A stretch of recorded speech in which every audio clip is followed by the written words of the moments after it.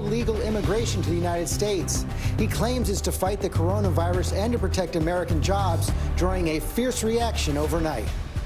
Opening up. 4 states announcing plans to get back to business. Stores now open in South Carolina. Georgia giving many businesses the green light on Friday. By taking this measured action, we will get Georgians back to work safely. Some mayors are critical of the decision as hospitalizations are still rising in California, and New York City says they are still seeing more than 1,000 new cases per day. Breaking overnight. Health mystery. New report that North Korea's leader Kim Jong-un, missing from public for weeks, is in grave health following surgery. Martha Ratt is here with what we know. Oil prices plunge, falling below zero for the first time ever, with demand drying up and so many people staying home, what it could mean for gas prices. Mystery COVID symptom. Doctors sound the alarm. A growing number of coronavirus patients with serious skin problems. Dr. Ashton here with what you need to know about COVID toes. Grocery stores shut down. The new calls to protect employees as workers plan a massive protest against bad behavior by shoppers not following the rules. And Will Smith's fresh take on the pandemic. The superstar going one-on-one with Dr. Fauci and teaming up with kids to ask some important questions. Our exclusive sneak peek this morning. Live in Times Square, this is Good Morning America. Good morning, America. Happy to have you with us on this Tuesday morning. And you got to love Will Smith. Bringing in kids to ask Dr. Fauci some questions about COVID-19. You sometimes forget that kids have a lot of questions as well. And Robin and George, they are joining us from home. And Robin, you've got someone who's happy to be home this morning. Ooh, so happy to be home, Michael. Take a look at this.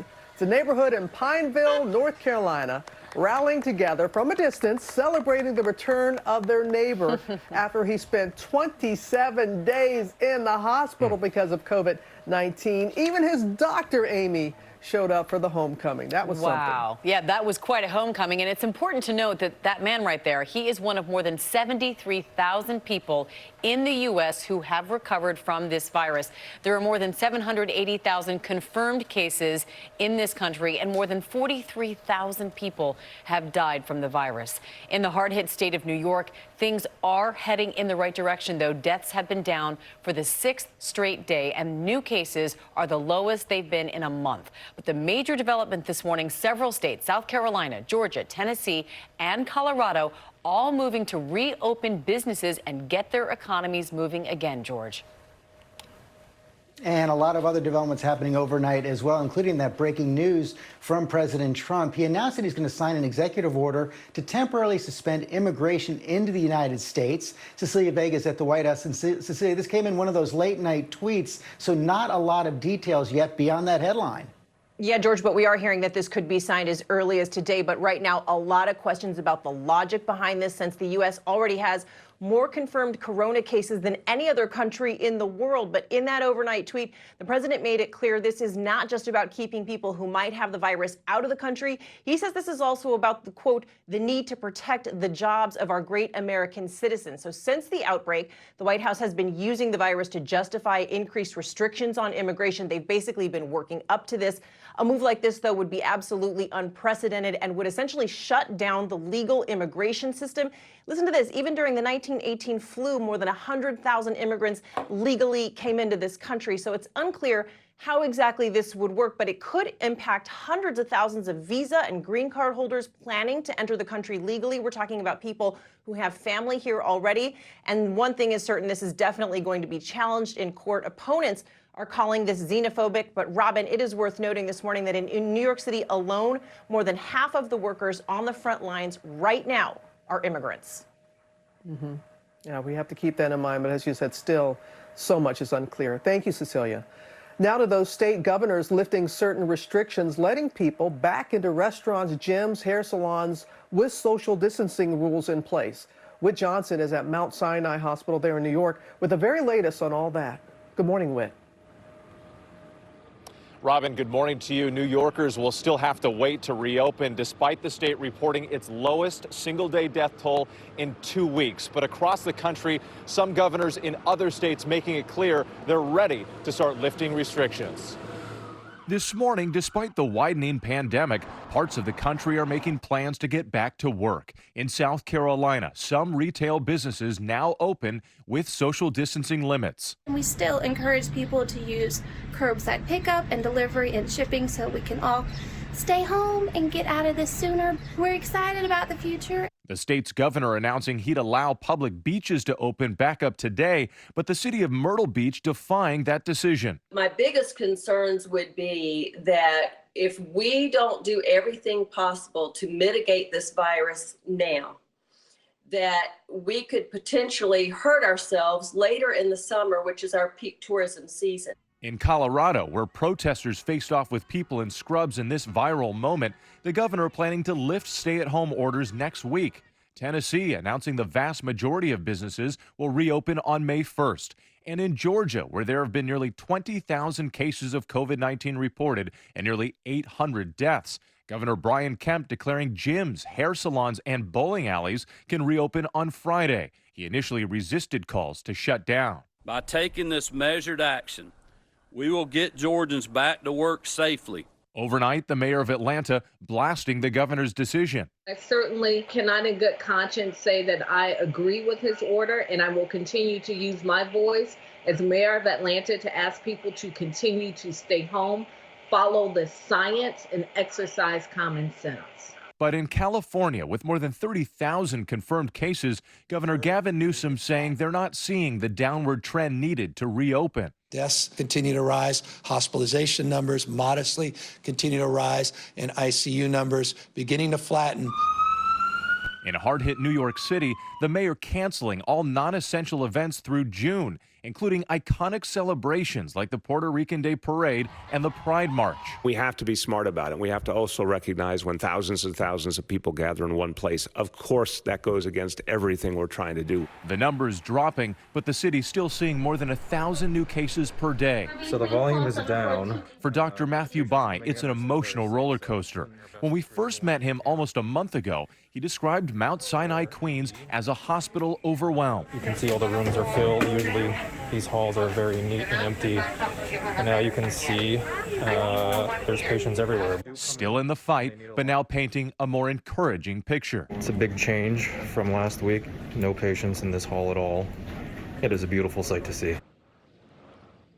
New York Governor Andrew Cuomo is calling on the federal government to help coordinate the supply chain needed to boost testing. He'll have the opportunity to voice his concerns face-to-face with President Trump when they meet at the White House today.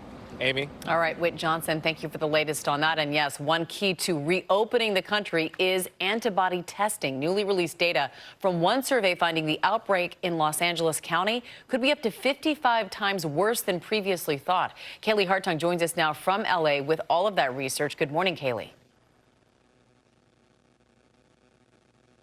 Good morning, Amy. Given the lack of testing, it's really no surprise that researchers would find more people to be infected with this virus than the number of confirmed cases we know of. But just how many? That number may shock you, and it could change how officials make decisions moving forward. This morning, as antibody tests roll out across the country, Los Angeles is facing a stark reality. The actual number of people who've been infected with COVID-19 may be up to 55 times higher than the number of confirmed cases. Researchers at USC tested nearly 900 people for antibodies. Their results, estimating as many as 442,000 people in the county have been infected with the virus as of April 9th. But that's less than 6% of the population there.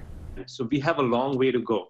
We're still early in the epidemic, and more people will likely get infected. The results informative, but also limited. So again, these tests are good for counting the number of people who've had COVID.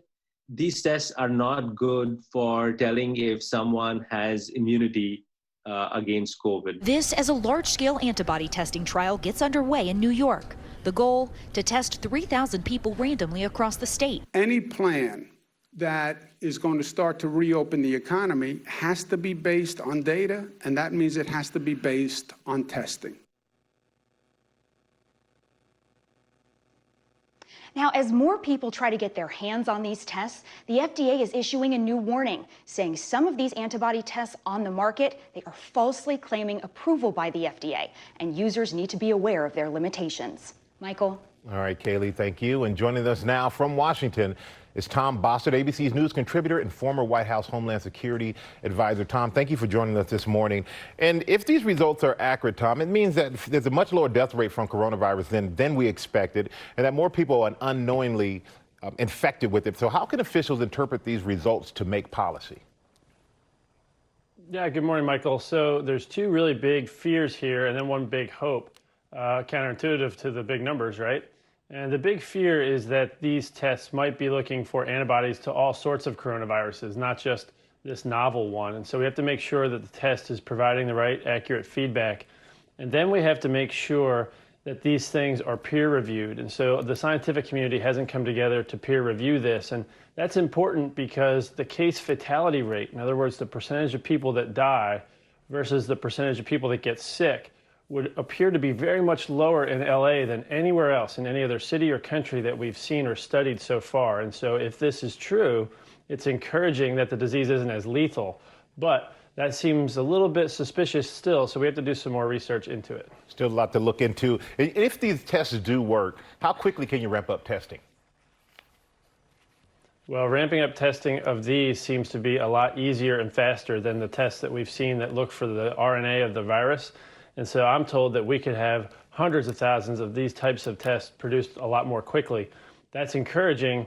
But remember, as we all see this calling today, you know, Georgia's got more cases. LA has a lot. We have to return in localized way, Michael.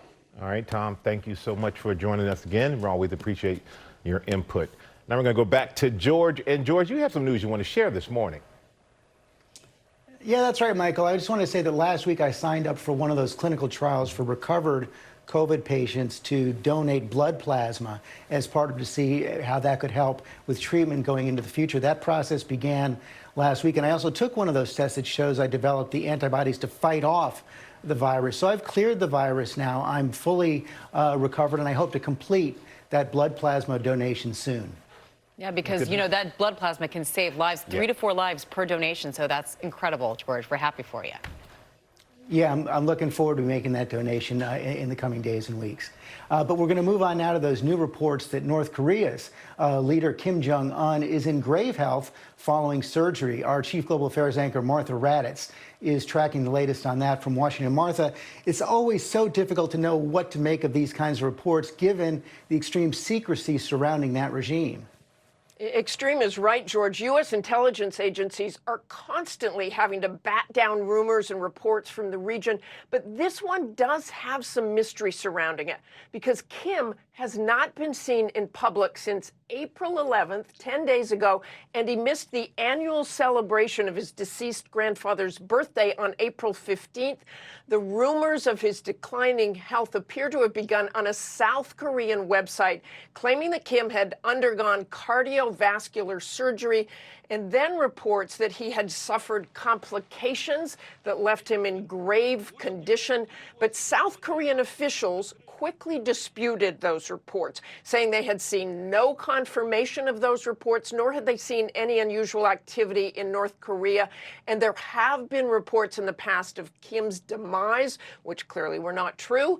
But U.S. intelligence will continue to monitor, especially given his disappearance from the public view. Robin?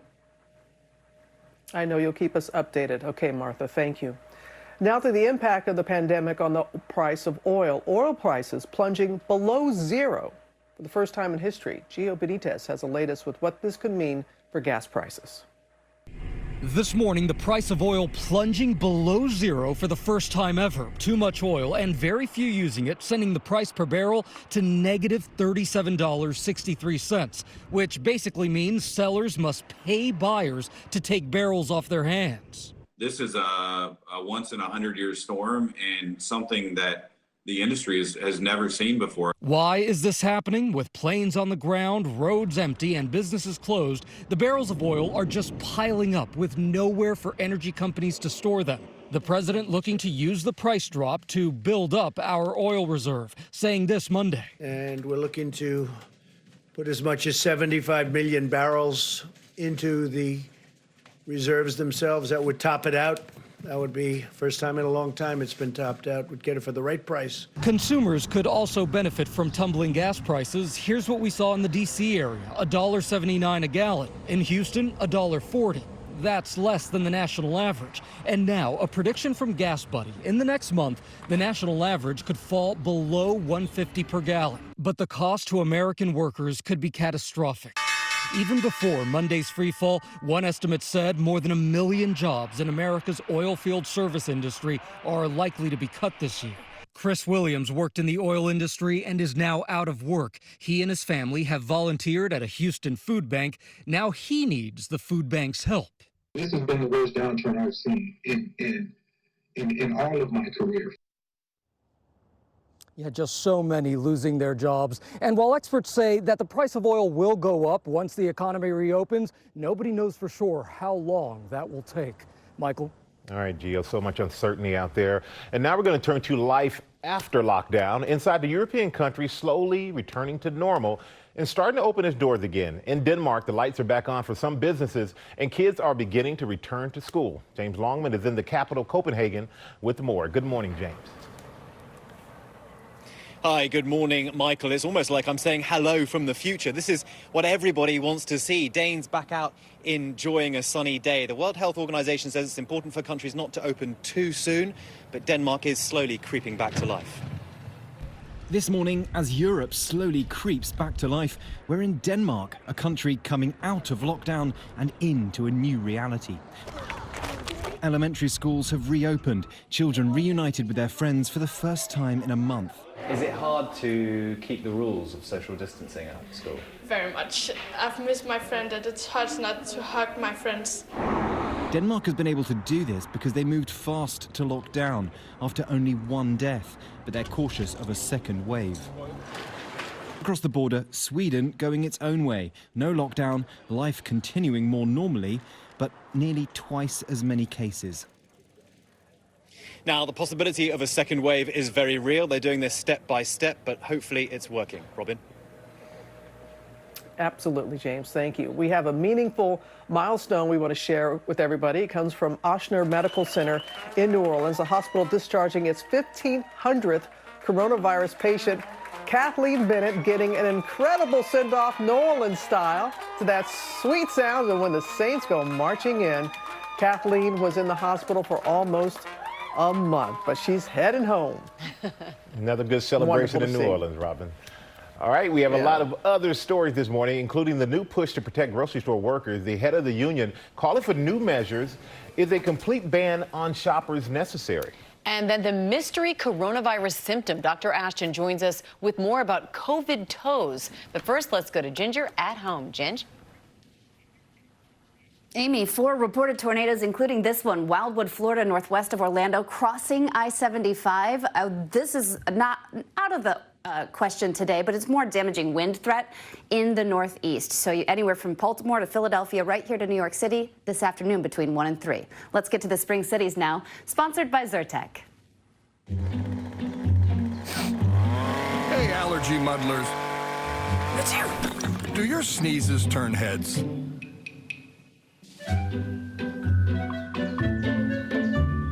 Try Zyrtec. Zyrtec starts working hard at hour 1 and works twice as hard when you take it again the next day. Zyrtec, muddle no more. And try Children's Zyrtec for consistently powerful relief of your kids' allergies. On weather alert later today, Storm Watch 7 for some midday storms, 1 to 3 p.m. That's when those winds will come up from those strongest of storms. Could even have some small hail and brief heavy rain. Temperatures will start out in the lower 50s. We'll hit the mid-60s this afternoon. And even after these storms move through, again, producing some cosmetic damage, maybe even some limbs down across the area, the winds are still going to be high, but they'll calm a bit overnight. Wind chill temperatures early tomorrow morning in the mid-30s, and then sunshine for Earth Day.